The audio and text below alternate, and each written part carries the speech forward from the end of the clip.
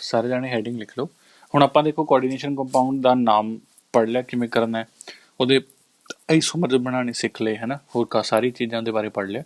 ਹੁਣ ਆਪਾਂ ਇਹਦੀ ਬੇਸਿਕ ਬੌਂਡਿੰਗ ਕਿਵੇਂ ਹੋਈ ਹੈ, ਮਤਲਬ ਆਪਾਂ ਨੂੰ ਇੰਨਾ ਪਤਾ ਵੀ ਹਾਂਜੀ ਕੋਆਰਡੀਨੇਟ ਬੌਂਡ ਹੈ, ਠੀਕ ਹੈ ਨਾ, ਪਰ ਉਹ ਕੋਆਰਡੀਨੇਟ ਬੌਂਡ ਕਿਹੜੇ ਸ਼ੈੱਲ 'ਚ ਬਣੀ, D3D ਸ਼ੈੱਲ ਨੇ ਕਿਹੜੇ ਸ਼ੈੱਲ ਨਾਲ ਬੌਂਡ ਬਣਾਈ, ਤਾਂ ਹੁਣ ਆਪਾਂ ਉਹ ਸਾਰਾ ਕੁਝ ਸਟੱਡੀ ਕਰਾਂਗੇ।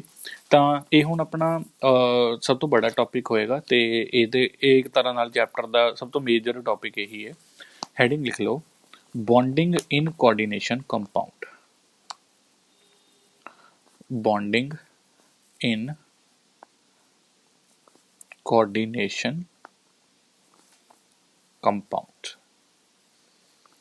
ਹੁਣ ਇਹਦੇ ਅੰਦਰ ਆਪਾਂ ਪੁਰਾਣੀਆਂ ਥਿਊਰੀਜ਼ ਵੀ ਪੜ੍ਹਾਂਗੇ ਵੀ ਪਹਿਲਾਂ ਕਿਵੇਂ ਕੋਆਰਡੀਨੇਸ਼ਨ ਕੰਪਾਊਂਡ ਦੀ ਬੌਂਡਿੰਗ ਮੰਨੀ ਜਾਂਦੀ ਸੀਗੀ, ਫਿਰ ਉਹਦੇ 'ਚ ਕੀ ਗਲਤੀ ਆਈ, ਫਿਰ ਨਵੀਂ ਕਿਹੜੀ ਥਿਊਰੀ ਆਈ, ਹੈ ਨਾ। ਜਿਵੇਂ ਸਾਰੀ ਥਿਊਰੀਜ਼ ਦਾ ਨੇਚਰ ਹੁੰਦਾ ਕਿ ਪਹਿਲਾਂ ਕੁਛ ਹੋਰ ਮੰਨਦੇ ਆ, ਫਿਰ ਉਹਦੇ ਵਿੱਚ ਮੋਡੀਫਿਕੇਸ਼ਨਾਂ ਹੁੰਦੀਆਂ, ਫਿਰ ਕੋਈ ਨਵੀਂ ਥਿਊਰੀ ਆਉਂਦੀ ਹੈ। ਤਾਂ ਬੌਂਡਿੰਗ ਇਨ ਕੋਆਰਡੀਨੇਸ਼ਨ ਕੰਪਾਊਂਡ ਇੱਕ ਮੇਜਰ ਹੈਡਿੰਗ ਹੈ। ਇਹਦੇ ਅੰਦਰ ਆਪਾਂ ਪੁਰਾਣੇ ਥਿਊਰੀਜ਼ ਤੋਂ ਲੈ ਕੇ ਨਵੀਆਂ ਤੱਕ 2-3 ਥਿਊਰੀਜ਼ ਆਪਾਂ ਨੂੰ ਇਨ ਟੋਟਲ, ਠੀਕ ਹੈ। 3 ਤੋਂ ਜ਼ਿਆਦਾ ਵੀ ਹੁੰਦੀਆਂ ਨੇ ਬਟ ਉਹ ਆਪਣੇ ਸਿਲੇਬਸ ਦਾ ਪਾਰਟ ਨਹੀਂ ਹੈ। ਜਿਹੜੀਆਂ ਲੇਟੈਸਟ ਥਿਊਰੀਜ਼ ਹੈ ਉਹ ਆਪਣੇ ਸਿਲੇਬਸ ਦਾ ਪਾਰਟ ਨਹੀਂ ਹੈ। ਆਪਾਂ ਇੱਕ ਤਰ੍ਹਾਂ ਨਾਲ ਇਹਨਾਂ ਦੀ ਹਿਸਟਰੀ ਬਾਰੇ ਹੀ ਪੜ੍ਹਨਾ ਥੋੜ੍ਹਾ ਜਿਹਾ, ਠੀਕ ਹੈ। ਤਾਂ ਬੌਂਡਿੰਗ ਇਨ ਕੋਆਰਡੀਨੇਸ਼ਨ ਕੰਪਾਊਂਡ 'ਚ ਸਭ ਤੋਂ ਪਹਿਲੀ ਥਿਊਰੀ ਹੈ, ਸਭ ਤੋਂ ਪਹਿਲੇ ਨੰਬਰ 'ਤੇ ਲਿਖੋ ਵਰਨਰਜ਼ ਥਿਊਰੀ, WERNER, ਵਰਨਰਜ਼ ਥਿਊਰੀ, ਠੀਕ ਹੈ। ਹੁਣ ਪਹਿਲਾਂ ਮੈਂ ਇਹਦੇ ਬਾਰੇ ਨਾ ਥੋੜ੍ਹਾ ਜਿਹਾ ਸਮਝਾ ਦਿੰਦਾ ਇੱਕ ਤਰ੍ਹਾਂ ਨਾਲ ਰਫ 'ਚ। ਤਾਂ ਵਰਨਰਜ਼ ਥਿਊਰੀ ਦਾ ਕੀ ਕੰਸੈਪਟ ਹੈ, ਵਰਨਰ ਇੱਕ ਸਾਇੰਟਿਸਟ ਸੀਗਾ, ਐਲਫਰੈਡ ਵਰਨਰ। ਉਹ ਨਾ ਇਹ ਉਦੋਂ ਟਾਈਮ ਹੈ ਜਦੋਂ ਕੋਆਰਡੀਨੇਸ਼ਨ ਕੰਪਾਊਂਡ ਬਾਰੇ ਕਿਸੇ ਨੂੰ ਪਤਾ ਨਹੀਂ ਸੀਗਾ। ਕਿਸੇ ਨੇ ਨਹੀਂ ਸੋਚਿਆ ਸੀ ਵੀ ਇੱਦਾਂ ਦੇ ਵੀ ਕੁਝ ਕੰਪਾਊਂਡ ਹੁੰਦੇ ਨੇ ਜਿਹੜੇ ਲੋਨ ਪੇਅਰ ਡੋਨੇਟ ਕਰਕੇ ਬਣਦੇ ਨੇ, ਜਾਂ ਇਸ ਤਰ੍ਹਾਂ ਦਾ ਵੀ ਕੁਝ ਕੰਸੈਪਟ ਹੁੰਦਾ ਹੈ। ਸਾਰਿਆਂ ਨੂੰ ਲੱਗਦਾ ਸੀਗਾ ਵੀ ਆਇਨਿਕ ਕੰਪਾਊਂਡਸ ਹੀ ਹੈ ਬਸ, ਸਾਰਾ ਕੁਝ ਉਸੇ ਅਕੋਰਡਿੰਗਲੀ ਚੱਲਦੇ ਸੀਗੇ।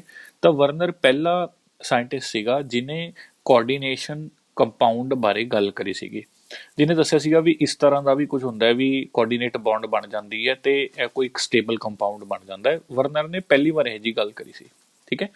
ਹੁਣ ਨਾ ਵਰਨਰ ਕੀ ਕਰ ਰਿਹਾ ਸੀ, ਵਰਨਰ ਐਕਚੁਅਲੀ ਨਾ ਲੈਬ 'ਚ ਇੱਕ ਐਕਸਪੈਰੀਮੈਂਟ ਕਰ ਰਿਹਾ ਸੀਗਾ।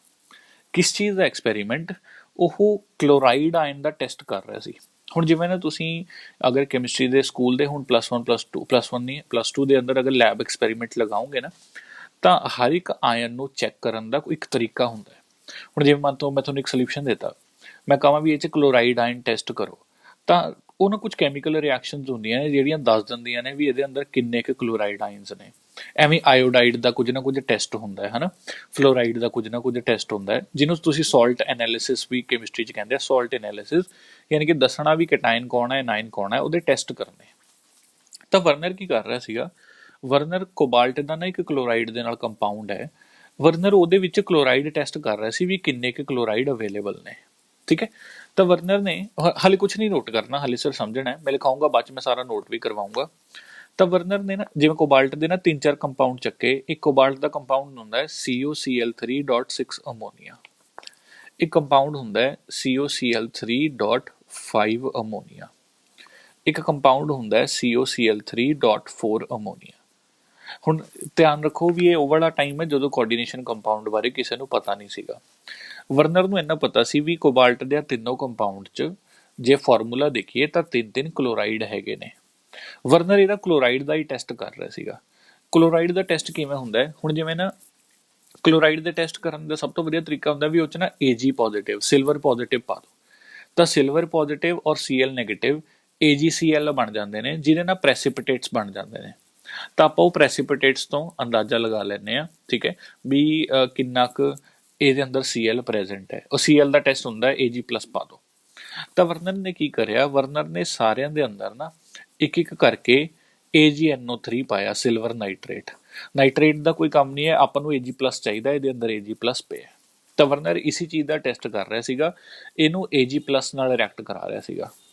ਜਿਹੜਾ ਪਹਿਲਾ ਕੇਸ ਹੈ ਵਰਨਰ ਨੇ, ਤੁਸੀਂ ਕੀ ਸੋਚ ਰਹੇ ਹੋ, ਦੇਖੋ ਇਹਨੂੰ ਦੇਖ ਕੇ ਅੰਦਾਜ਼ਾ ਲਾਓ ਵੀ ਇਹ 'ਚ 3 ਕਲੋਰਾਈਡ ਹੈ, ਯਾਨੀ ਕਿ 3 ਕਲੋਰਾਈਡ Ag ਦੇ ਨਾਲ ਜੁੜ ਕੇ 3 ਮੋਲੀਕਿਊਲ ਆਫ AgCl ਮਿਲਣਗੇ, ਬਿਲਕੁਲ ਮਿਲਣੇ ਚਾਹੀਦੇ ਆ। ਔਰ ਇਹੀ ਹੋਇਆ ਜਦੋਂ ਪਹਿਲੇ ਕੰਪਾਊਂਡ ਨਾਲ ਇਹਨੇ Ag ਪੋਜ਼ੀਟਿਵ AgNO3 ਯਾਨੀ ਕਿ Ag ਪੋਜ਼ੀਟਿਵ ਦਾ ਟੈਸਟ ਕਰਵਾਇਆ, ਤਾਂ ਇਹਨੂੰ ਵਿੱਚੋਂ 3 ਮੋਲ AgCl ਮਿਲੇ, ਜੋ ਐਕਚੁਅਲ 'ਚ ਵੀ ਹੈ, ਬਿਲਕੁਲ ਸਹੀ ਗੱਲ ਹੈ।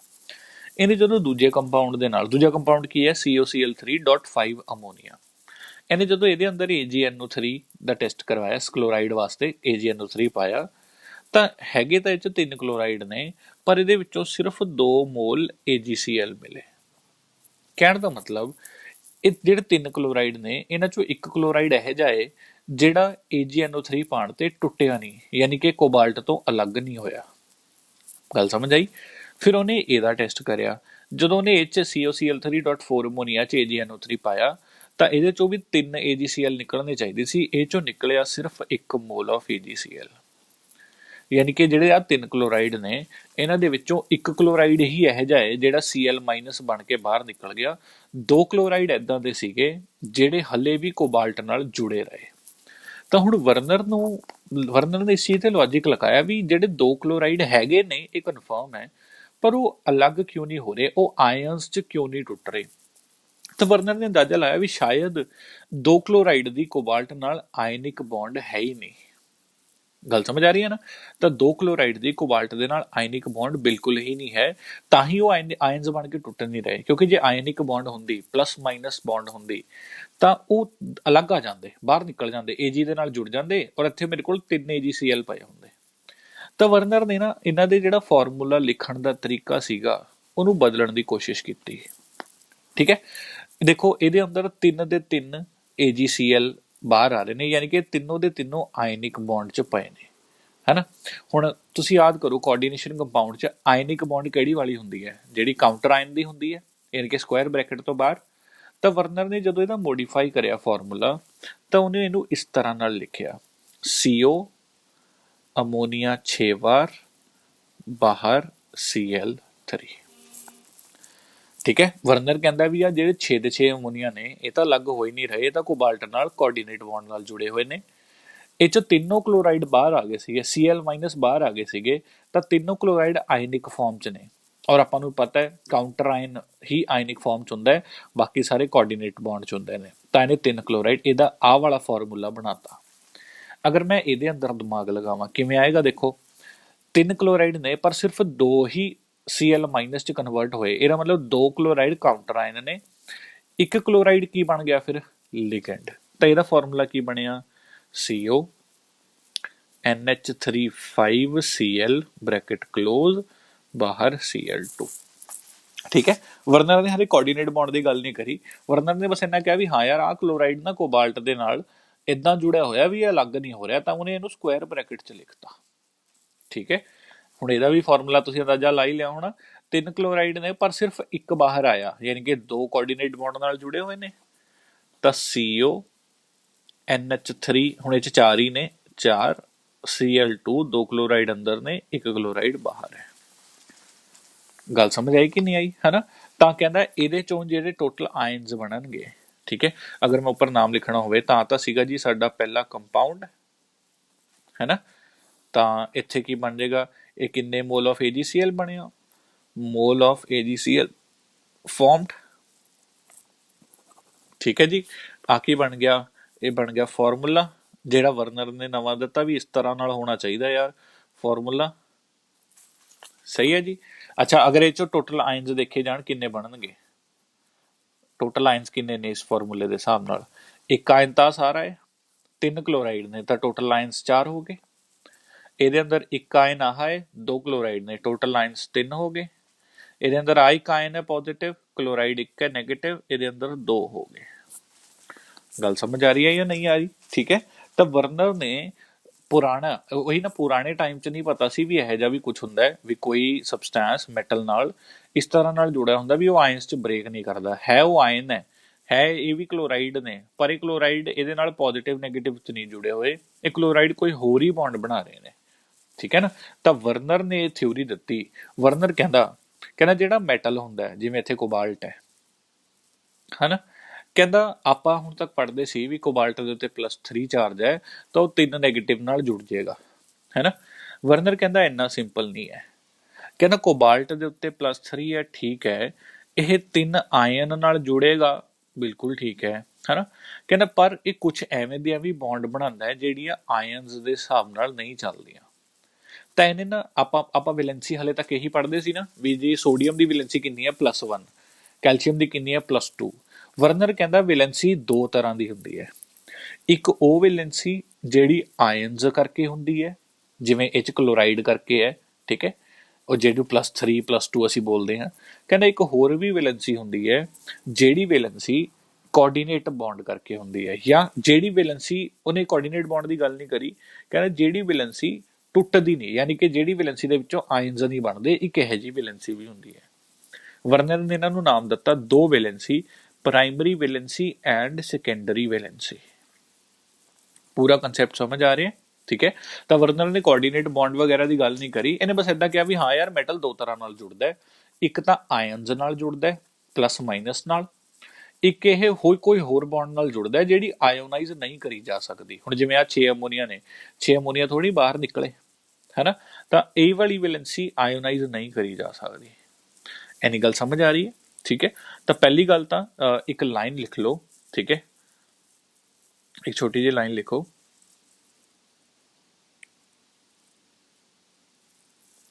Werner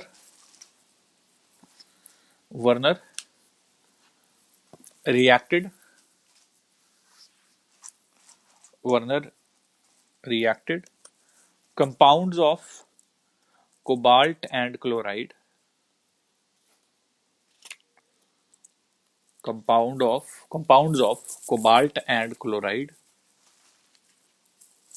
Werner reacted compounds of cobalt and chloride with excess of AgNO3 with excess of AgNO3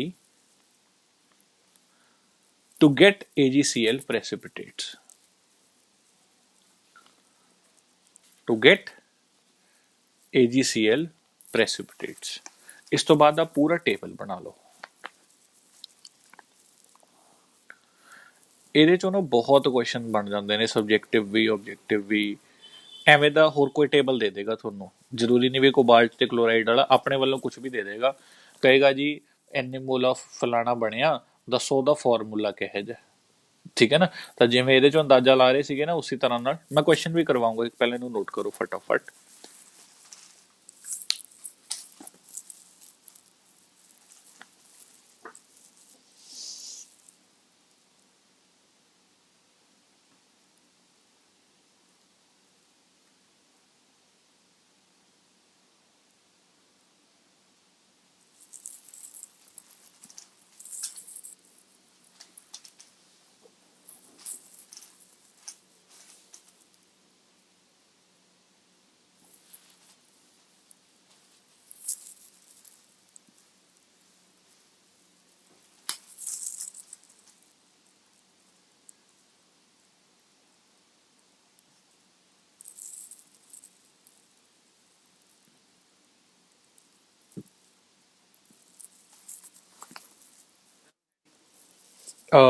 ਇਹਦੀ ਹੈਡਿੰਗ ਹੈਗੀ ਹੈ ਯਾਰ, ਬੌਂਡਿੰਗ ਇਨ ਕੋਆਰਡੀਨੇਸ਼ਨ ਕੰਪਾਊਂਡ। ਪਹਿਲਾ ਹੈ Werner's theory, bonding in coordination compound. ਇਹਦੇ ਅੰਦਰ ਪਹਿਲਾ ਹੈ ਵਰਨਰਸ ਥਿਊਰੀ।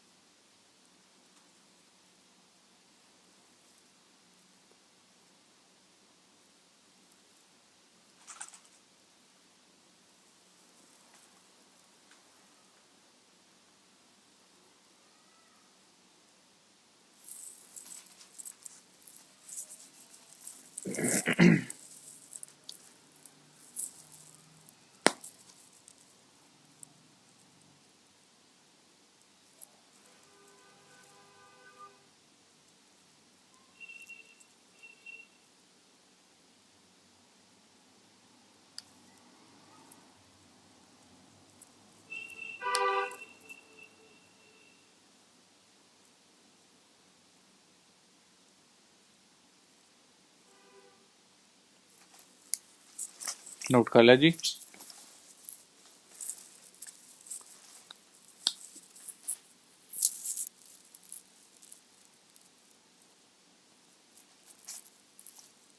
ठीक है, नोट करियो। ਹੁਣ ਆਪਾਂ ਜੋ ਵੀ ਮੈਂ ਦੱਸਿਆ ਸੀ ਵੀ ਇਹ ਹਰ ਮੈਟਲ ਦੋ ਤਰ੍ਹਾਂ ਨਾਲ ਬੌਂਡਿੰਗ ਬਣਾਉਂਦਾ ਹੈ ਹਨਾ।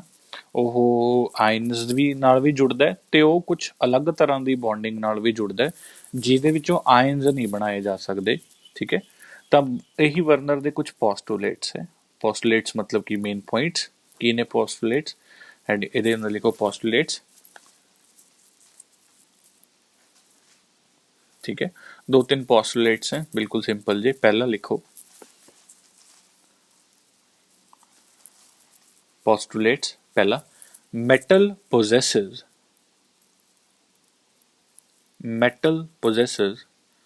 two types of valencies। ਇਹ ਵਾਲੀ ਇਹ ਚੀਜ਼ ਬਹੁਤ ਇੰਪੋਰਟੈਂਟ ਹੈ, ਇਸ ਤੇ ਕੁਐਸਚਨ ਆ ਜਾਂਦਾ ਹੁੰਦਾ ਹੈ। metal possesses two type of valencies। ਕਿਹੜੀਆਂ ਕਿਹੜੀਆਂ ਨੇ? ए प्राइमरी और प्रिंसिपल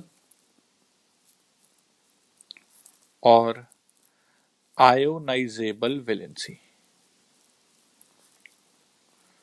प्राइमरी यानी कि प्राइमरी इंपॉर्टेंट, प्रिंसिपल या आयोनाइजेबल वैलेंसी मतलब ये ਜਿਹਨੂੰ ਤੁਸੀਂ ਅਸੀਂ ਪਹਿਲਾਂ ਤੋਂ ਹੀ ਵੈਲੈਂਸੀ ਕਹਿੰਦੇ ਆ ਨਾ ਵੀ ਮੈਟਲ ਤੇ ਜਿੰਨਾ ਚਾਰਜ ਹੁੰਦਾ ਹੈ, ਕੋਬਾਲਟ ਤੇ 3 ਪੋਜ਼ਿਟਿਵ ਹੈ ਨਾ, ਜ਼ਿੰਕ ਤੇ 2 ਪੋਜ਼ਿਟਿਵ, ਉਹਦੀ ਵੈਲੈਂਸੀ ਹੋ ਗਈ।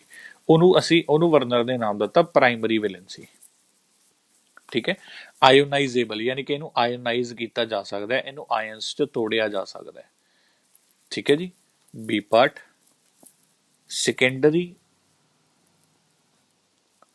सेकेंडरी और non ionisable valency.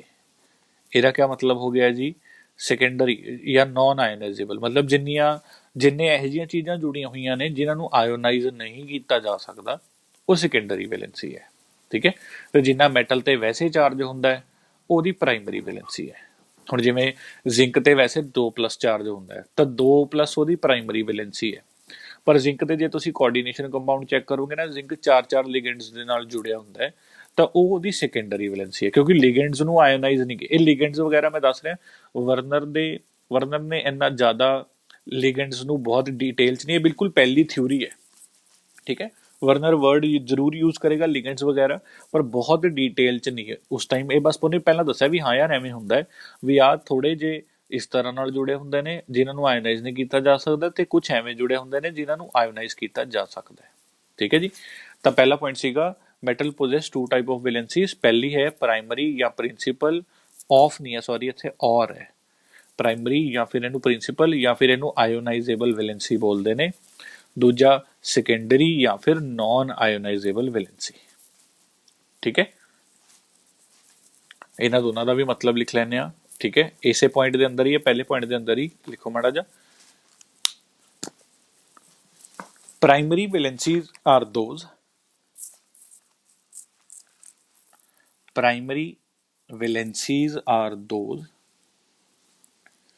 which a metal shows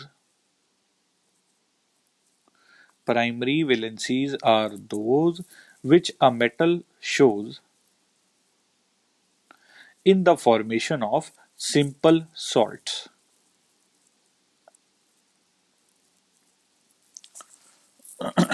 in the formation of simple salts। for example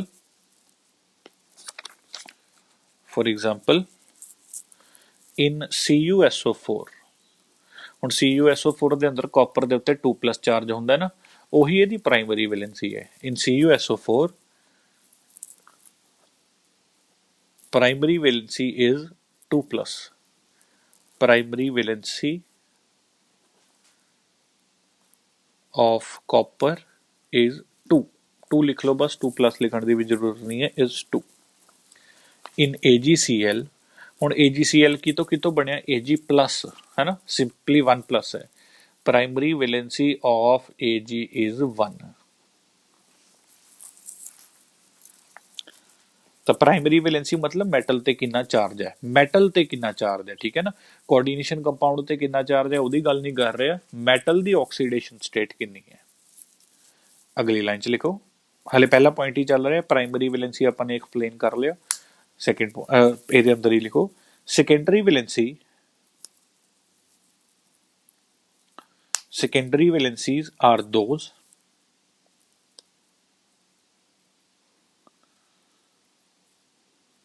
which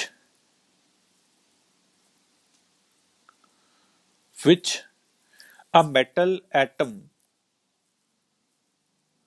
or cation.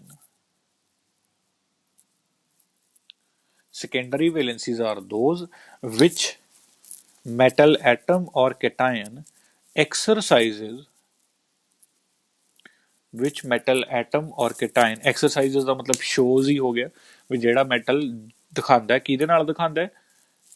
मैं दोबारा बोल रहा, secondary valencies are those which metal atom or cation exercises towards neutral or negative molecules. Neutral or negative molecules in the formation of complex ion.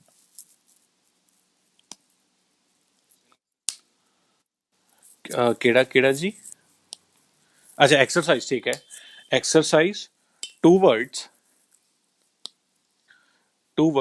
neutral molecules or negative molecules, exercises towards neutral molecules or negative molecules in the formation of complex ion. In the formation of complex ion. बस कहने का मतलब यही है भी metal ਦੇ ਨਾਲ ਕਿੰਨੇ ਲਿਗੈਂਡ ਜੁੜੇ ਹੋਏ ਹੈ, ਸਿੱਧੀ ਸਿੱਧੀ ਜੀ ਗੱਲ, ਠੀਕ ਹੈ। ਮੈਟਲ ਦੇ ਨਾਲ 6 ਲਿਗੈਂਡ ਜੁੜੇ ਹੋਣਗੇ ਤਾਂ ਉਹਦੀ ਸੈਕੰਡਰੀ ਵੈਲੈਂਸੀ 6 ਹੈ, 4 ਜੁੜੇ ਹੋਣਗੇ ਉਹਦੀ ਸੈਕੰਡਰੀ ਵੈਲੈਂਸੀ 4 ਹੈ, ਹਨਾ। 2 ਡਾਈਡੈਂਟੇਟ ਜੁੜੇ ਹੋਣਗੇ ਤਾਂ 2 ਡਾਈਡੈਂਟੇਟ ਮਤਲਬ ਉਹਨਾਂ ਨੇ ਟੋਟਲ ਤਾਂ 4 ਬੌਂਡ ਹੀ ਬਣਾਈਆਂ ਤਾਂ ਸੈਕੰਡਰੀ ਵੈਲੈਂਸੀ ਫਿਰ 4 ਹੈ। ਤਾਂ ਸੈਕੰਡਰੀ ਵੈਲੈਂਸੀ ਦਾ ਮਤਲਬ ਹੁੰਦਾ ਉੱਪਰੋਂ ਦੱਸ ਰਿਹਾ ਮੈਂ ਮੋਟਾ ਮੋਟਾ ਕਿ ਕਿੰਨੇ ਲਿਗੈਂਡ ਜੁੜੇ ਹੋਏ ਨੇ, ਕਿੰਨੀਆਂ ਲਿਗੈਂਡ ਨੇ ਬੌਂਡਸ ਬਣਾਈਆਂ ਹੋਈਆਂ ਨੇ। ਪ੍ਰਾਇਮਰੀ ਵੈਲੈਂਸੀ ਮੈਟਲ ਦੀ ਆਕਸੀਡੇਸ਼ਨ ਸਟੇਟ, ਮੈਟਲ ਦਾ ਆਪਣਾ ਚਾਰਜ ਕਿੰਨਾ ਹੈ, ਠੀਕ ਹੈ ਨਾ। ਤੇ ਕੁਐਸਚਨ ਆਉਂਦੇ ਰਹਿੰਦੇ ਨੇ, ਕੋਈ ਕੰਪਾਊਂਡ ਦੇ ਦੇਗਾ ਐਗਜ਼ਾਮੀਨਰ, ਕਹੇਗਾ ਪ੍ਰਾਇਮਰੀ ਵੈਲੈਂਸੀ ਦੱਸੋ, ਸੈਕੰਡਰੀ ਵੈਲੈਂਸੀ ਦੱਸੋ, ਤਾਂ ਪ੍ਰਾਇਮਰੀ ਵੈਲੈਂਸੀ 'ਚ ਉਹਦੀ ਆਕਸੀਡੇਸ਼ਨ ਸਟੇਟ ਕੱਢ ਲੈਣੀ ਹੈ, ਯਾਨੀ ਕਿ ਮੈਟਲ ਦਾ ਚਾਰਜ ਕੱਢ ਲੈਣਾ।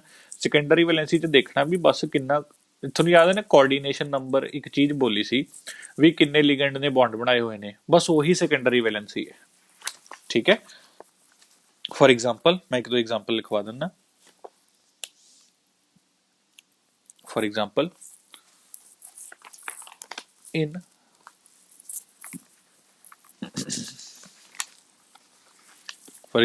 इन cobalt NH36Cl3, कोबाल्ट NH36Cl3। अगर मैं सेकेंडरी वैलेंसी की गल करा, सेकेंडरी वैलेंसी चेक करो जी, कोबाल्ट ਦੇ ਨਾਲ 6 ਲਿਗੈਂਡ ਜੁੜੇ ਹੋਏ ਨੇ, ਸਾਰੇ ਯੂਨੀਡੈਂਟੇਟ ਨੇ, ਤਾਂ 6 ਬੌਂਡ ਬਣਾ ਰਿਹਾ ਯਾਨੀ ਕਿ 6। ਅਗਰ ਮੈਂ ਪ੍ਰਾਇਮਰੀ ਦੀ ਗੱਲ ਕਰਾਂ ਤਾਂ ਇਹਦੀ ਆਕਸੀਡੇਸ਼ਨ ਸਟੇਟ ਦੇਖੋ ਤੁਸ਼ਾਰ ਜੀ, ਇੱਕ ਵਾਰੀ ਦੇਖ ਲਓ, ਠੀਕ ਹੈ। ਆਕਸੀਡੇਸ਼ਨ ਸਟੇਟ ਮੈਨੇ ਕੋਬਾल्ट ਦੀ ਲੱਭਣੀ ਹੈ, ਮੈਨੂੰ ਇਹਦੀ ਨਹੀਂ ਪਤਾ, x ਮੰਨ ਲੈਂਦੇ ਆ, ਠੀਕ ਹੈ। ਕੁਝ ਨਹੀਂ ਕਰਨਾ, ਜਿਨ੍ਹਾਂ ਤੇ ਜੋ ਤੁਹਾਨੂੰ ਚਾਰਜ ਪਤਾ ਹੈ ਸਾਰੇ ਜੋੜ ਲੈਣੇ ਨੇ, ਔਰ ਸਾਰਿਆਂ ਨੂੰ ਜੋੜ ਕੇ ਐਡ ਕਰਕੇ ਇਕੁਅਲ ਟੂ ਕਰ ਦੇਣਾ ਜਿੰਨਾ ਕੰਪਲੀਟ ਚਾਰਜ ਹੈ। ਹੁਣ ਇਸ ਟਾਈਮ ਮੇਰੇ ਤੇ ਕੰਪਲੀਟ ਚਾਰਜ ਕੁਝ ਨਹੀਂ ਹੈ, ਨਾ ਪਲੱਸ ਹੈ ਨਾ ਮਾਈਨਸ ਹੈ, ਯਾਨੀ ਕਿ ਇਹਦੇ ਤੇ ਕੰਪਲੀਟ ਚਾਰਜ 0 ਹੈ। ਤਾਂ ਮੈਂ ਕੱਲੇ ਦਾ ਚਾਰਜ ਐਡ ਆਨ ਕਰਕੇ ਕੰਪਲੀਟ ਚਾਰਜ 0 ਦੇ ਬਰਾਬਰ ਕਰ ਦੂੰਗਾ। ਦੇਖੋ ਕੋਬਾल्ट ਦਾ ਮੈਨੂੰ ਪਤਾ ਹੀ ਨਹੀਂ ਹੈ ਤਾਂ x, ਅਮੋਨੀਆ ਨਿਊਟਰਲ ਹੁੰਦਾ ਹੈ, ਇਹ ਚੀਜ਼ਾਂ ਪਤਾ ਹੋਣੀ ਚਾਹੀਦੀਆਂ ਵੀ ਕਦੇ ਕਿਸੇ ਨੂੰ ਦੇਖ ਕੇ ਨਹੀਂ ਦੱਸ ਸਕਦੇ ਵੀ ਕਿੰਨਾ ਚਾਰਜ, ਕੁਝ ਚੀਜ਼ਾਂ ਦਾ ਤੁਹਾਨੂੰ ਪਤਾ ਹੋਣਾ ਚਾਹੀਦਾ। ਅਮੋਨੀਆ ਜਿਵੇਂ ਨਿਊਟਰਲ ਹੈ, ਨਿਊਟਰਲ ਮਤਲਬ ਕਿ ਅਮੋਨੀਆ ਤੇ 0 ਚਾਰਜ ਹੈ। क्लोराइड ਤੇ -1 ਹੁੰਦਾ ਹੈ ਤਾਂ 3 क्लोराइड ਤੇ ਹੋ ਗਿਆ -3, -1 -3, ਹੋਰ ਕੁਝ ਨਹੀਂ ਬਚਿਆ ਨਾ। ਇਹ ਸਾਰਾ ਮਿਲਾ ਕੇ ਇਕੁਅਲ ਟੂ ਜੋ ਵੀ ਇਹਦੇ ਤੇ ਟੋਟਲ ਚਾਰਜ ਹੈ, ਟੋਟਲ ਚਾਰਜ ਕਿੰਨਾ ਹੈ 0। ਇੱਥੋਂ x ਦੀ ਵੈਲਿਊ ਆ ਜਾਏਗੀ, -3 ਉਧਰ ਆ ਕੇ +3 ਹੋ ਜਾਏਗਾ, +3। x ਕੀ ਹੈ, ਕੋਬਾल्ट ਦਾ ਚਾਰਜ, ਯਾਨੀ ਕਿ ਕੋਬਾल्ट ਦਾ ਆਪਣਾ ਚਾਰਜ +3 ਹੈ। ਸਰ ਇਹਨਾਂ ਦਾ ਕਿਉਂ ਨਹੀਂ ਪਤਾ ਹੁੰਦਾ? ਜਿਹੜੇ ਡੀ ਬਲੌਕ ਐਲੀਮੈਂਟ ਹੁੰਦੇ ਨੇ ਨਾ, ਜਿਹੜੇ ਸੈਂਟਰਲ ਐਟਮ ਹੁੰਦੇ ਨੇ, ਇਹਨਾਂ ਦੀ ਆਕਸੀਡੇਸ਼ਨ ਸਟੇਟ ਫਿਕਸ ਨਹੀਂ ਹੁੰਦੀ।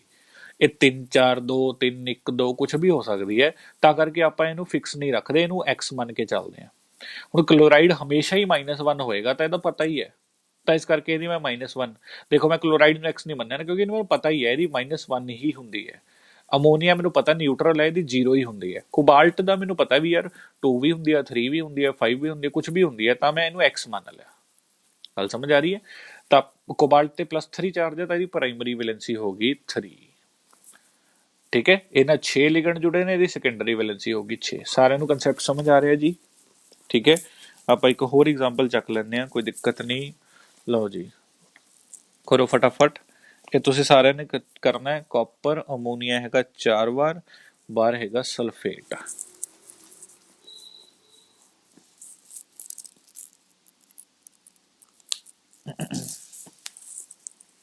ਪੀਵੀ ਦੱਸੋ ਕਿੰਨੀ ਹੈ, ਯਾਨੀ ਕਿ primary valency. ਐਸਵੀ secondary valency check ਕਰੋ ਕਿੰਨੀ ਕਿੰਨੀ ਹੈ।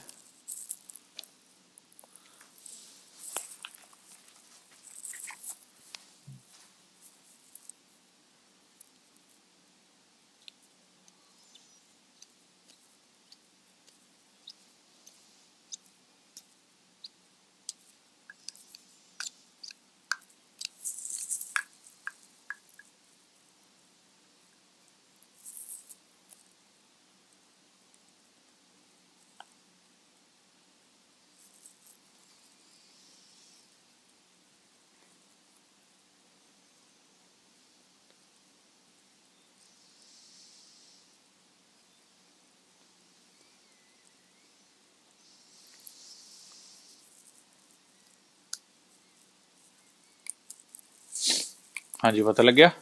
ਦੇਖੋ, ਸੈਕੰਡਰੀ ਵੈਲੈਂਸੀ ਮਤਲਬ ਕਿੰਨੀ ਕੋਆਰਡੀਨੇਸ਼ਨ ਬੌਂਡ ਹੈ? ਕਾਪਰ ਦੇ ਨਾਲ 4 ਅਮੋਨੀਆ ਜੁੜੇ, ਯਾਨੀ ਕਿ 4, ਹੋਰ ਕੋਈ ਲਿਗੈਂਡ ਤਾਂ ਹੈ ਨਹੀਂ।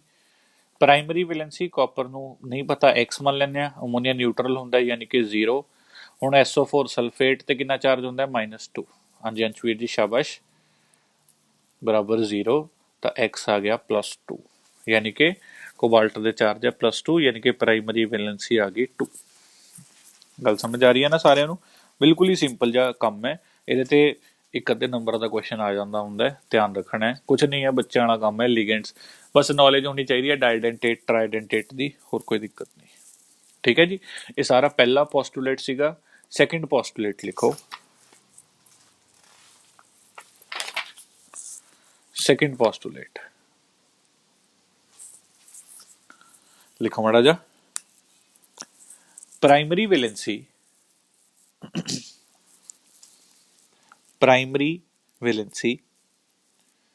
is satisfied by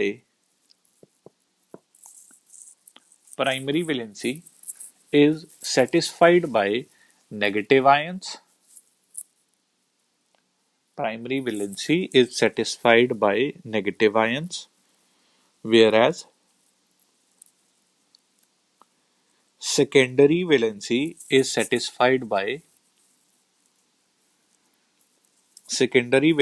is satisfied by negative ions or neutral molecules.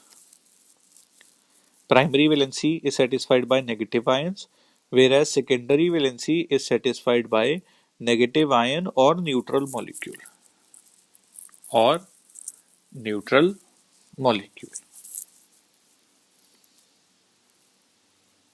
ठीक है जी। थर्ड पोस्टुलेट ਇਹ ਪਤਾ ਹੀ ਲੱਗ ਰਿਹਾ। ਪ੍ਰਾਇਮਰੀ ਵੈਲੈਂਸੀ ਕੀ ਹੈ? ਜਿਹੜਾ ਇਹਦੇ ਪਲੱਸ ਚਾਰਜ ਨੂੰ ਸੈਟੀਸਫਾਈ ਕਰ ਰਿਹਾ, ਪਲੱਸ ਚਾਰਜ ਨੂੰ ਕਾਊਂਟਰ ਕਰ ਰਿਹਾ। ਹੁਣ ਪਲੱਸ ਨੂੰ ਤਾਂ ਮਾਈਨਸ ਹੀ ਕਾਊਂਟਰ ਕਰ ਸਕਦਾ, ਨਿਊਟਰਲ ਵਾਲਾ ਕਾਊਂਟਰ ਨਹੀਂ ਕਰ ਸਕਦਾ। ਸੈਕੰਡਰੀ ਵੈਲੈਂਸੀ ਮਤਲਬ ਲਿਗੈਂਡ। ਹੁਣ ਲਿਗੈਂਡ ਤਾਂ ਨਿਊਟਰਲ ਵਾਲੇ ਵੀ ਹੁੰਦੇ ਨੇ, ਮਾਈਨਸ ਵਾਲੇ ਵੀ ਹੁੰਦੇ ਨੇ, ਹੈ ਨਾ? ਤਾਂ ਕਹਿ ਰਿਹਾ ਸੈਕੰਡਰੀ ਵੈਲੈਂਸੀ 'ਚ ਜਿਹੜਾ ਆ ਰਿਹਾ, ਸੈਕੰਡਰੀ ਵੈਲੈਂਸੀ 'ਚ ਜਿਹੜਾ ਐਟਮ ਨਾਲ ਇਹ ਜੁੜ ਰਿਹਾ, ਉਹ ਪੋਜ਼ਿਟਿਵ ਨੈਗੇਟਿਵ ਵੀ ਹੋ ਸਕਦਾ, ਨਿਊਟਰਲ ਵੀ ਹੋ ਸਕਦਾ। ਬਿਲਕੁਲ ਠੀਕ ਹੈ। ਪ੍ਰਾਇਮਰੀ ਵੈਲੈਂਸੀ 'ਚ ਕੈਟਾਇਨ ਦੇ ਨਾਲ ਤਾਂ ਐਨਾਇਨ ਹੀ ਜੁੜੇਗਾ, ਹੋਰ ਕੋਈ ਤਾਂ ਜੁੜੇਗਾ ਨਹੀਂ। ਤਾਂ ਕਹਿੰਦਾ ਪ੍ਰਾਇਮਰੀ ਵੈਲੈਂਸੀ ਨੂੰ ਸਿਰਫ ਐਨਾਇਨ ਸੈਟੀਸਫਾਈ ਕਰਦੇ ਨੇ, ਮਾਈਨਸ ਵਾਲੇ ਸੈਟੀਸਫਾਈ ਕਰਦੇ ਨੇ। ਠੀਕ ਹੈ, ਲਾਸਟ ਪੁਆਇੰਟ ਲਿਖੋ ਇਹਦਾ ਫਟਾਫਟ।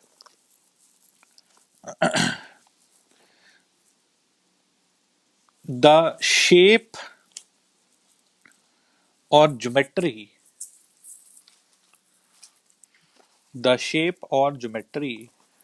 of compound,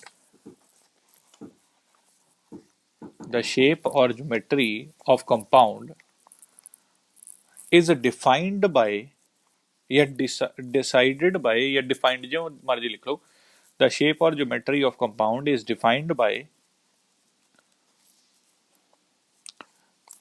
molecules satisfying secondary valency. The shapes or the shape defined by molecule या shape or geometry is defined by molecules satisfying secondary valency. ठीक है, अगला पॉइंट लिख लो, चौथा पॉइंट। मैं तीसरा पॉइंट भी समझाना, पहले चौथा लिख लो। Primary valency is non directional whereas secondary valency has a directional nature. Primary valency is non-directional whereas secondary valency has directional nature. ਹੁਣ ਨਾ ਯਾਰ ਇੱਕ ਸਿੰਪਲ ਜੀ ਗੱਲ ਸੋਚੋ, ਇਹ ਵੀ ਮੈਂ ਇੱਕ ਵਾਰੀ ਦੱਸ ਦਿੰਦਾ ਇਦਾਂ ਹੀ। ਯਾਰ ਮੰਨ ਲਓ ਨਾ ਮੇਰੇ ਕੋਲ ਇੱਕ ਐਟਮ ਪਿਆ ਜਿਹਦੇ ਉੱਤੇ ਪੋਜ਼ਿਟਿਵ ਚਾਰਜ ਹੈ। ਧਿਆਨ ਨਾਲ ਸੁਣਿਓ, ਇਹ ਚੀਜ਼ ਮੈਂ ਸਮਝਾਣਾ। ਇੱਕ ਮੇਰੇ ਕੋਲ ਐਟਮ ਪਿਆ ਜਿਹਦੇ ਉੱਤੇ ਪੋਜ਼ਿਟਿਵ ਚਾਰਜ ਹੈ। ਜੇ ਨੈਗੇਟਿਵ ਇੱਧਰ ਪਿਆ ਹੋਵੇ, ਇਹ ਐਟਮ ਇਸ ਨੈਗੇਟਿਵ ਨੂੰ ਅਟਰੈਕਟ ਕਰੇਗਾ। ਪੋਜ਼ਿਟਿਵ ਨੈਗੇਟਿਵ 'ਚ ਅਟਰੈਕਸ਼ਨ ਹੁੰਦੀ ਹੈ। ਜੇ ਨੈਗੇਟਿਵ ਇੱਧਰ ਦੀ ਜਗ੍ਹਾ ਤੇ ਇੱਧਰ ਪਿਆ ਹੋਵੇ, ਇਹ ਪੋਜ਼ਿਟਿਵ ਇਹਨੂੰ ਤਾਂ ਵੀ ਅਟਰੈਕਟ ਕਰੇਗਾ। ਜੇ ਇਹ ਨੈਗੇਟਿਵ ਇੱਧਰ ਦੀ ਜਗ੍ਹਾ ਤੇ ਨੀਚੇ ਪਿਆ ਹੋਵੇ, ਇਹ ਪੋਜ਼ਿਟਿਵ ਤਾਂ ਵੀ ਅਟਰੈਕਟ ਕਰੇਗਾ। ਜੇ ਨੈਗੇਟਿਵ ਇੱਥੇ ਪਿਆ ਹੋਵੇ, ਇਹ ਪੋਜ਼ਿਟਿਵ ਤਾਂ ਵੀ ਅਟਰੈਕਟ ਕਰੇਗਾ। ਜੇ ਨੈਗੇਟਿਵ ਇੱਧਰ ਪਿਆ ਹੋਵੇ, ਇਹ ਪੋਜ਼ਿਟਿਵ ਤਾਂ ਵੀ ਅਟਰੈਕਟ ਕਰੇਗਾ, ਹਨਾ। ਕਹਿਣ ਦਾ ਕੀ ਮਤਲਬ ਹੈ, ਜਿਹੜੀ ਪੋਜ਼ਿਟਿਵ ਔਰ ਨੈਗੇਟਿਵ 'ਚ ਅਟਰੈਕਸ਼ਨ ਹੁੰਦੀ ਹੈ ਨਾ, ਇਹ ਡਾਇਰੈਕਸ਼ਨ ਤੇ ਡਿਪੈਂਡ ਨਹੀਂ ਕਰਦੀ। ਇਹਨੂੰ ਕਹਿੰਦੇ ਨੇ ਨਾਨ ਡਾਇਰੈਕਸ਼ਨਲ ਨੇਚਰ। ਹੁਣ ਪੋਜ਼ਿਟਿਵ ਤੇ ਨੈਗੇਟਿਵ ਜਿੱਧਰੋਂ ਮਰਜ਼ੀ ਆਈ ਜਾਵੇ, ਇਹਨੇ ਅਟਰੈਕਟ ਕਰਨਾ ਹੈ। ਤਾਂ ਇਹਨੂੰ ਕੋਈ ਮੈਟਰ ਨਹੀਂ ਕਰਦਾ ਵੀ ਨੈਗੇਟਿਵ ਇੱਧਰੋਂ ਆ ਰਿਹਾ ਜਾਂ ਇੱਧਰੋਂ ਆ ਰਿਹਾ ਜਾਂ ਇੱਧਰੋਂ ਆ ਰਿਹਾ। ਬੌਂਡ ਬਣਾਉਣ ਦੇ ਲਈ ਕਿਹੜੀ ਬੌਂਡ ਬਣ ਰਹੀ ਹੈ ਪੋਜ਼ਿਟਿਵ ਔਰ ਨੈਗੇਟਿਵ 'ਚ? Ionic bond. ਕਿਹੜੀ ਵੈਲੈਂਸੀ ਹੈ ਪੋਜ਼ਿਟਿਵ ਔਰ ਨੈਗੇਟਿਵ 'ਚ? ਪ੍ਰਾਇਮਰੀ ਵੈਲੈਂਸੀ, ਹਨਾ। ਤਾਂ ਪ੍ਰਾਇਮਰੀ ਵੈਲੈਂਸੀ ਵਾਲੇ ਜਿਹੜੇ ਹੁੰਦੇ ਨੇ, ਯਾਨੀ ਕਿ ਬ੍ਰੈਕਟ ਦੇ ਬਾਹਰ ਜਿਹੜੇ ਕਾਊਂਟਰ ਆਇਨ ਲੱਗੇ ਹੁੰਦੇ ਨੇ, ਉਹ ਕਿਤੋਂ ਮਰਜ਼ੀ ਜੁੜ ਸਕਦੇ ਨੇ। ਉਹਨਾਂ ਦਾ ਡਾਇਰੈਕਸ਼ਨ ਦਾ ਕੋਈ ਲੈਣਾ ਦੇਣਾ ਨਹੀਂ ਹੈ। ਉਹ ਭਾਵੇਂ ਉੱਪਰੋਂ ਆ ਜਾਣ, ਇੱਧਰੋਂ ਆ ਜਾਣ, ਉੱਧਰੋਂ ਆ ਜਾਣ, ਉਹਨਾਂ ਨੇ ਜੁੜ ਜਾਣਾ ਹੈ। ਪਲੱਸ ਮਾਈਨਸ ਦਾ ਹਿਸਾਬ ਕਿਤਾਬ ਹੈ, ਪਲੱਸ ਮਾਈਨਸ ਨੂੰ ਜਿੱਧਰੋਂ ਮਰਜ਼ੀ ਖਿੱਚ ਲਏਗਾ, ਠੀਕ ਹੈ ਜੀ। ਪਰ ਜਿਹੜਾ ਮੈਟਲ ਔਰ ਲਿਗੈਂਡ ਦੇ ਅੰਦਰ ਬੌਂਡ ਹੈ, ਠੀਕ ਹੈ, ਇਹ ਕੋਆਰਡੀਨੇਟ ਬੌਂਡ ਹੈ। ਹੁਣ ਜਿਹੜੀ ਕੋਆਰਡੀਨੇਟ ਬੌਂਡ ਹੁੰਦੀ ਹੈ ਨਾ, ਇਹ ਐਵੇਂ ਨਹੀਂ ਹੈ ਵੀ ਆਪਣੀ ਮਰਜ਼ੀ ਨਾਲ ਕਿੱਧਰੋਂ ਮਰਜ਼ੀ ਲੱਗ ਜਾਏਗੀ। ਵੀ ਮਤਲਬ ਆਹ ਮੈਟਲ ਹੈ ਜੀ, ਇਹਦੇ ਕੋਲ ਲੋਨ ਪੇਅਰ ਹੈ, ਆ ਲਿਗੈਂਡ ਕੋਲ ਖਾਲੀ ਔਰਬਿਟਲ ਹੈ, ਤਾਂ ਜੇ ਲਿਗੈਂਡ ਇੱਧਰੋਂ ਆਏ ਤਾਂ ਵੀ ਜੁੜ ਜਾਏਗਾ, ਇੱਧਰੋਂ ਆਏ ਤਾਂ ਵੀ ਜੁੜ ਜਾਏਗਾ, ਇੱਧਰੋਂ ਆਏ ਤਾਂ ਵੀ ਜੁੜ ਜਾਏਗਾ। ਐਵੇਂ ਨਹੀਂ ਹੁੰਦਾ, ਠੀਕ ਹੈ ਨਾ। ਮੈਟਲ ਦੀ ਜਿਹੜੀ ਲੋਨ ਪੇਅਰ ਹੈ ਨਾ, ਉਹਦੀ ਇੱਕ ਡਾਇਰੈਕਸ਼ਨ ਹੁੰਦੀ ਹੈ। ਤਾਂ ਜੇ ਉਸ ਡਾਇਰੈਕਸ਼ਨ ਚੋਂ ਲਿਗੈਂਡ ਅਟੈਕ ਕਰੇ, ਮੈਟਲ ਦੀ ਲੋਨ ਪੇਅਰ ਕਹਿ ਰਿਹਾ, ਸੌਰੀ ਲਿਗੈਂਡ ਦੀ ਲੋਨ ਪੇਅਰ, ਮੈਟਲ ਦਾ ਖਾਲੀ ਔਰਬਿਟਲ, ਤਾਂ ਜੇ ਲਿਗੈਂਡ ਇੱਕ ਖਾਸ ਡਾਇਰੈਕਸ਼ਨ ਚੋਂ ਅਟੈਕ ਕਰੇ ਤਾਂ ਹੀ ਬੌਂਡ ਬਣਾ ਸਕਦਾ ਹੈ, ਠੀਕ ਹੈ ਨਾ। ਹੁਣ ਸ਼ੇਪ ਕਿਵੇਂ ਡਿਸਾਈਡ ਹੋਏਗੀ? ਇੱਕ ਤਾਂ ਹੈ ਜਿੱਧਰੋਂ ਮਰਜ਼ੀ ਆ ਰਿਹਾ, ਉਹਦੇ ਨਾਲ ਸ਼ੇਪ ਦਾ ਕੋਈ ਲੈਣਾ ਦੇਣਾ ਹੀ ਨਹੀਂ ਹੈ। ਪਰ ਇੱਕ ਹੈ ਜੇ ਇੱਕ ਲਿਗੈਂਡ, ਹੁਣ ਮੈਟਲ ਆ ਪਿਆ ਜੀ, ਮੈਟਲ ਦਾ ਖਾਲੀ ਔਰਬਿਟਲ ਆ ਪਿਆ, ਲਿਗੈਂਡ ਆਇਆ, ਇੱਕ ਲਿਗੈਂਡ ਇੱਧਰੋਂ ਜੁੜ ਗਿਆ, ਇੱਥੇ ਬੌਂਡ ਬਣ ਗਈ।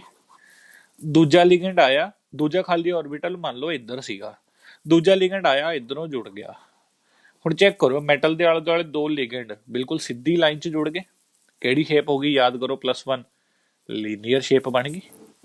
ਬਣ ਗਈ ਕਿ ਨਹੀਂ ਬਣ ਗਈ, ਹਨਾ। ਤਾਂ ਜਿਹੜੀ ਮੈਟਲ ਦੀ ਅਰਾਊਂਡ ਜਿਹੜੀ ਸਾਰਾ ਕੁਝ ਜੁੜਿਆ ਹੋਇਆ ਹੈ, ਇਹਦੀ ਜਿਹੜੀ ਸ਼ੇਪ ਹੈ ਨਾ, ਇਹ ਲਿਗੈਂਡ ਡਿਸਾਈਡ ਕਰਦੇ ਨੇ, ਇਹ ਕਾਊਂਟਰ ਆਇਨ ਨਹੀਂ ਡਿਸਾਈਡ ਕਰਦਾ। ਕਿਉਂਕਿ ਕਾਊਂਟਰ ਆਇਨ ਤਾਂ ਕਿਤੋਂ ਮਰਜ਼ੀ ਜੁੜ ਜਾਂਦਾ ਹੈ, ਲਿਗੈਂਡ ਇੱਕ ਡਾਇਰੈਕਸ਼ਨ 'ਚ ਖਾਸ ਦਿਸ਼ਾ 'ਚ ਜੁੜਨਗੇ, ਆਪਣੀ ਮਰਜ਼ੀ ਨਾਲ ਜਿੱਧਰੋਂ ਮਰਜ਼ੀ ਨਹੀਂ ਜੁੜ ਸਕਦੇ, ਠੀਕ ਹੈ ਨਾ। ਇਹੀ ਹੁਣੀ ਪਿਛਲੇ 2 ਪੁਆਇੰਟਾਂ 'ਚ ਕਿਹਾ ਸੀਗਾ। ਸੋਚੋ ਲਿਗੈਂਡ ਕਿਹੜੀ ਵਾਲੀ ਵੈਲੈਂਸੀ ਨੂੰ ਸੈਟੀਸਫਾਈ ਕਰ ਰਹੇ ਨੇ? ਸੈਕੰਡਰੀ ਵੈਲੈਂਸੀ ਨੂੰ। ਤਾਂ ਪਿਛਲਾ ਪੁਆਇੰਟ ਕੀ ਸੀਗਾ? ਕਹਿੰਦਾ ਜਿਹੜੀ ਸ਼ੇਪ ਹੈ ਪੂਰੀ, ਉਹ ਸੈਕੰਡਰੀ ਵੈਲੈਂਸੀ ਦੇ ਹਿਸਾਬ ਨਾਲ ਚੱਲਦੀ ਹੈ। ਓਬਵੀਅਸ ਜੀ ਗੱਲ ਹੈ, ਕਿਉਂਕਿ ਸੈਕੰਡਰੀ ਵੈਲੈਂਸੀ ਡਾਇਰੈਕਸ਼ਨਲ ਹੈ, ਲਿਗੈਂਡ ਡਾਇਰੈਕਸ਼ਨ ਤੋਂ ਜੁੜਦਾ, ਆਪਣੀ ਮਰਜ਼ੀ ਨਾਲ ਨਹੀਂ ਜੁੜਦਾ, ਠੀਕ ਹੈ। ਪਰ ਕਹਿੰਦਾ ਜਿਹੜਾ ਪ੍ਰਾਇਮਰੀ ਵੈਲੈਂਸੀ ਹੈ, ਉਹ ਨਾਨ ਡਾਇਰੈਕਸ਼ਨਲ ਹੈ, ਉਹਦਾ ਸ਼ੇਪ ਨਾਲ ਕੋਈ ਲੈਣਾ ਦੇਣਾ ਨਹੀਂ ਹੈ। ਕਿਉਂਕਿ ਪ੍ਰਾਇਮਰੀ ਵੈਲੈਂਸੀ ਕੀ ਹੈ? ਯਾਦ ਕਰੋ, ਪਲੱਸ ਦੇ ਨਾਲ ਮਾਈਨਸ ਜੁੜ ਰਿਹਾ, ਉਹਦਾ ਜਿੱਧਰੋਂ ਮਰਜ਼ੀ ਜੁੜ ਜਾਏ, ਉਹਨੂੰ ਕਿਹੜਾ ਕੋਈ ਫਰਕ ਪੈਂਦਾ, ਠੀਕ ਹੈ। ਉਹਦੀ ਕਿਹੜਾ ਕੋਈ ਇੱਕ ਖਾਸ ਡਾਇਰੈਕਸ਼ਨ ਹੋਏਗੀ। ਗੱਲ ਸਮਝੇ ਨਾ। ठीक है। तो लास्ट 2 पॉइंट्स का ये मतलब सीगा। पूरा कंसैप्ट समझ आया वर्नर्स थ्योरी का, ठीक है। 2-3 गल्लां ने, प्राइमरी वैलेंसी सैकेंडरी वैलेंसी ही कुल मिला के ਇਹਦਾ मेन टॉपिक है ਜਿਹੜਾ, ठीक है। ਇਹਦੇ अंदर मैं एक अद्धा क्वेश्चन करवा ਦਿੰਦਾ ਤੁਹਾਨੂੰ, फिर ਇਹ ਨਾਲ ਵਰਨਰਸ ਥਿਊਰੀ ਜਿਹੜੀ ਕਿ ਸਭ ਤੋਂ ਪਹਿਲੀ ਥਿਊਰੀ ਹੈ ਕੋਆਰਡੀਨੇਸ਼ਨ ਕੰਪਾਊਂਡ ਦੀ, ਉਹ ਕੰਪਲੀਟ ਹੋ ਜਾਏਗੀ। सही है जी। अब एक छोटा जिहा क्वेश्चन करते हैं, मैं कोशिश करदा एनसीईआरटी का कोई क्वेश्चन हो जाए, वो इंपॉर्टेंट होंगे ने। एक सेकंड बस देख ला एनसीईआरटी च कोई क्वेश्चन होएगा।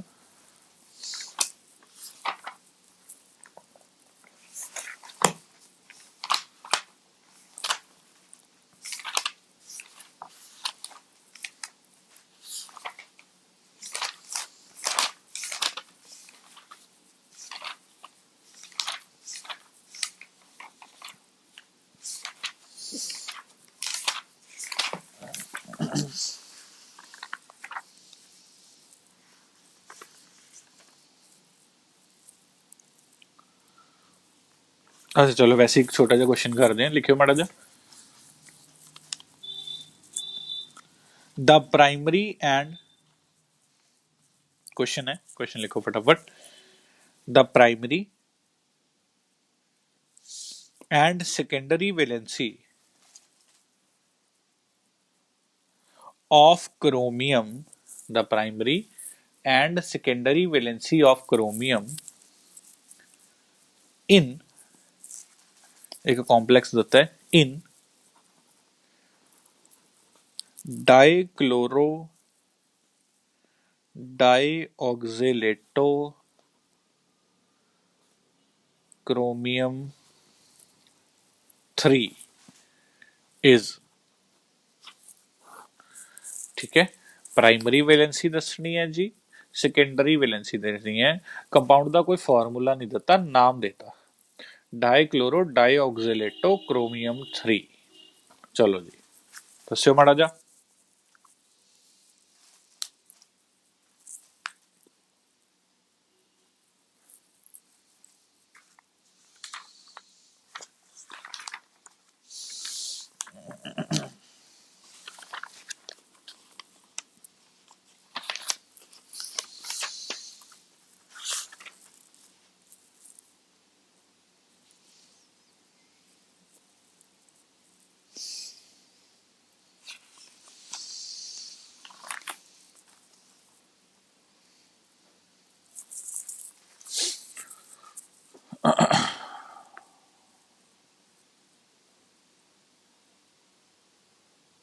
हाँ जी, प्राइमरी तो देखे पता लग रहा है यार, आप ही देता क्रोमियम 3, क्रोमियम के उत्ते 3+, होर की चाहिए। मैटल के उत्ते ही चार्ज होंगे जो, वही प्राइमरी वैलेंसी है ना। क्रोमियम 3 मतलब 3, प्राइमरी वैलेंसी खत्म, ठीक है। सेकेंडरी वैलेंसी कितनी है गुरदास जी, कितनी आ रही सेकेंडरी वैलेंसी? हरमन जी कितनी आ रही है? बाकी जाने हरगोबिंद कितनी आ रही सेकेंडरी वैलेंसी?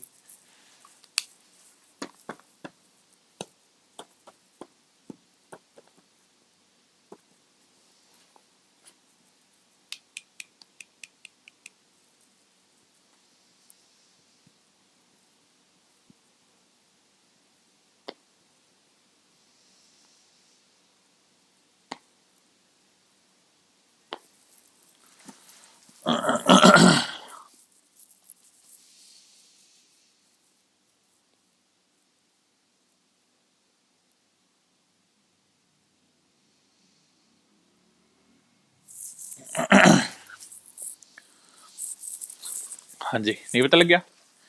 देखो कंपाउंड बनाने, डाइक्लोरो, पहली गल तो क्रोमियम सेंट्रल एटम है, ठीक है। डाइक्लोरो 2 क्लोराइड है। डाइऑक्सिलेटो, हुण ऑक्सिलेटो नहीं याद होना, ऑक्सिलेटो होंदा है COO नेगेटिव COO नेगेटिव या फिर C2O4 2-, एक डाइडेंटेट लिगेंड होंदा है, याद कर लियो। C2O4 भी डाई ट्वाइस, चार्ज होवे जो मर्जी होवे, कोई लैण देना नहीं है। 2 ਤਾਂ क्लोराइड जुड़े हुए ने, डाइऑक्सिलेट होंदा डाइडेंटेट, ਤਾਂ 2-2 ਵਾਰੀ यानी कि टोटल 4 ਵਾਰੀ ਇਹ जुड़िया होया, ਤਾਂ टोटल कितनी वैलेंसी होगी सेकेंडरी वैलेंसी? 6। गल समझ आ रही है? बड़े आराम नाल ਇਹਦਾ आंसर आ जाता है जी। अगम शाबाश जी 6 है, तो सेकेंडरी वैलेंसी ਇਹਦੀ बहुत ईजिली 6 आ रही है। सिर्फ लिगेंड्स देखने ने, लिगेंड्स कितनी कोऑर्डिनेट बॉन्ड बना रहे ने, that is the secondary valency. Question समझ आया? ठीक है। अच्छा ਹੁਣ ਇੱਕ ਥੋੜਾ ਜਿਹਾ ਵਧੀਆ ਕੁਐਸਚਨ ਕਰਦੇ ਆ ਜਿਵੇਂ ਤਾਂ ਮੈਂ ਕਹਿ ਰਿਹਾ ਸੀ ਵਰਨਰ ਦੇ ਹਿਸਾਬ ਦਾ ਐਨਸੀਈਆਰਟੀ ਦਾ ਬੜਾ ਵਧੀਆ ਕੁਐਸਚਨ ਹੈ ਕੁਐਸਚਨ ਲਿਖੋ ਫਟਾਫਟ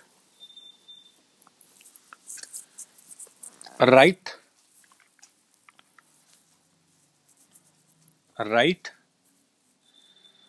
formula of the following compounds write formula of the following compounds on the basis of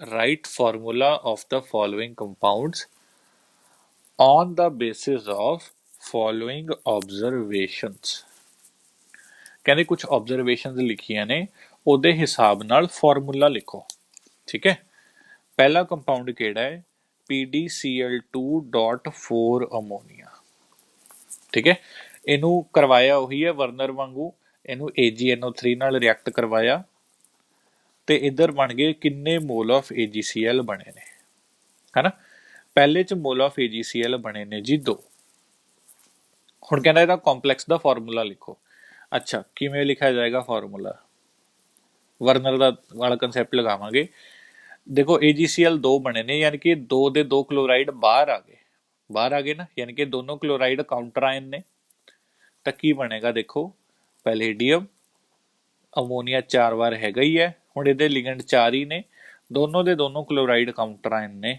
खत्म क्वेश्चन हो गया ਗੱਲ ਸਮਝ ਆ ਰਹੀ ਕਿ ਨਹੀਂ ਆ ਰਹੀ ਠੀਕ ਹੈ ਅੱਛਾ ਇਹਦਾ ਦੂਜੀ ਐਗਜ਼ਾਮਪਲ ਕਰਦੇ ਆ ਦੇਖੋ NiCl2.6 ਵਾਟਰ ਆਹ ਵਾਲੀ ਚੀਜ਼ ਹੈ ਕਿਵੇਂ ਕਰਾਂਗੇ ਦੇਖੋ ਚੈੱਕ ਕਰੋ ਔਰ ਅੱਛਾ ਇਹਦੇ ਨਾਲ ਮੋਲ ਆਫ AgCl ਦੇਤੇ 2 ਨਿਕਲਿਆ ਯਾਨੀ ਕਿ ਇਹਦੇ ਦੋਨੋਂ ਕਲੋਰਾਈਡ ਕਾਊਂਟਰ ਆਇਨ ਨੇ ਤਾਂ ਹੀ ਬਾਹਰ ਆ ਗਏ ਤਾਂ ਕੀ ਬਣੇਗਾ ਫਾਰਮੂਲਾ ਦੇਖੋ Ni ਵਾਟਰ ਹੁਣ ਹੈਗੇ ਨੇ ਜੀ 6 ਬਾਹਰ ਆ ਗਏ 2 ਕਲੋਰਾਈਡ ਗੱਲ ਸਮਝ ਆ ਰਹੀ ਹੈ ਨਾ ਕਿਵੇਂ ਕਰਨਾ ਹੈ ਚਲੋ ਇੱਕ ਹੋਰ ਕਰਦੇ ਆ ਤੀਸਰਾ ਤੁਸੀਂ ਖੁਦ ਕਰਨਾ ਹੈ ਜੀ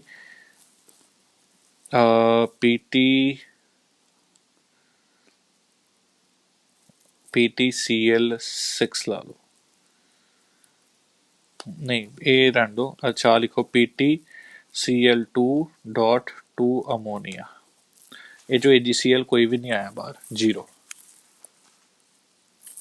PTCl2.2 अमोनिया इस AgCl बनया 0 की फॉर्मूला बन रहा है चेक करो दिमाग लाओ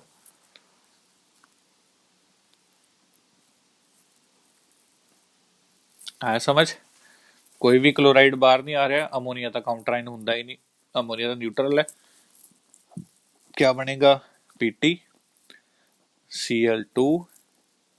अच्छा अमोनिया पहले लिखांगे या Cl लिखांगे याद है ना की कहता अल्फाबेटिकल तो PT अमोनिया ट्वाइस Cl2 खत्म ठीक है ना गल समझ आ रही है ना ਤਾਂ ਜਦੋਂ ਵੀ ਵਰਨਰਸ ਥਿਊਰੀ ਦਾ ਕੋਈ ਕੁਐਸਚਨ ਆਏਗਾ ਉਹ ਇਸੇ ਤਰ੍ਹਾਂ ਨਾਲ ਆਏਗਾ ਵੱਧ ਤੋਂ ਵੱਧ ਪ੍ਰਾਇਮਰੀ ਵੈਲੈਂਸੀ ਜਾਂ ਸੈਕੰਡਰੀ ਵੈਲੈਂਸੀ ਪੁੱਛ ਲੈਣਗੇ ਜਾਂ ਜ਼ਿਆਦਾ ਤੋਂ ਜ਼ਿਆਦਾ ਇਸ ਤਰ੍ਹਾਂ ਦਾ ਕੁਐਸਚਨ ਆ ਜਾਏਗਾ ਵੀ ਕਹਿ ਦੇਗਾ ਜੀ ਇਹਨੂੰ ਫਲਾਣੇ ਮੋਲੀਕਿਊਲ ਇਹ ਤਾਂ ਚਲੋ ਕੁਦਰਤੀ ਉਹ AgCl ਵਾਲਾ ਆ ਗਿਆ ਕਹੇਗਾ ਜੀ ਇਹਨੂੰ ਇਸ ਨਾਲ ਰਿਐਕਟ ਕਰਵਾਇਆ ਠੀਕ ਹੈ ਦੱਸੋ ਉਹਦਾ ਫਾਰਮੂਲਾ ਦੱਸੋ ਜਾਂ ਨਾਮ ਪੁੱਛ ਲੇਗਾ ਤਾਂ ਪਹਿਲਾਂ ਫਾਰਮੂਲਾ ਲਿਖ ਲਓ ਫਿਰ ਇਸ ਤੋਂ ਨਾਮ ਲਿਖ ਲਓ ਕੋਆਰਡੀਨੇਸ਼ਨ ਦੇ ਨੋਮਨਕਲੇਚਰ ਵਾਲਾ ਰੂਲ ਲਗਾ ਕੇ ਗੱਲ ਸਮਝ ਆ ਰਹੀ ਹੈ ਨਾ ठीक है तो ये सीगी कंप्लीट अपनी वर्नर्स थ्योरी स्कूल च आ सकता है पोस्टुलेट्स लिखो ठीक है क्वेश्चंस च आ सकता है इस तरह नाल ऑब्जेक्टिव च भी ये तरह नाल आ जाएगा ठीक है प्राइमरी वैलेंसी सेकेंडरी वैलेंसी कुछ भी आ जाएगा ठीक है तो एक बार इनू अच्छी तरह नाल पढ़ लो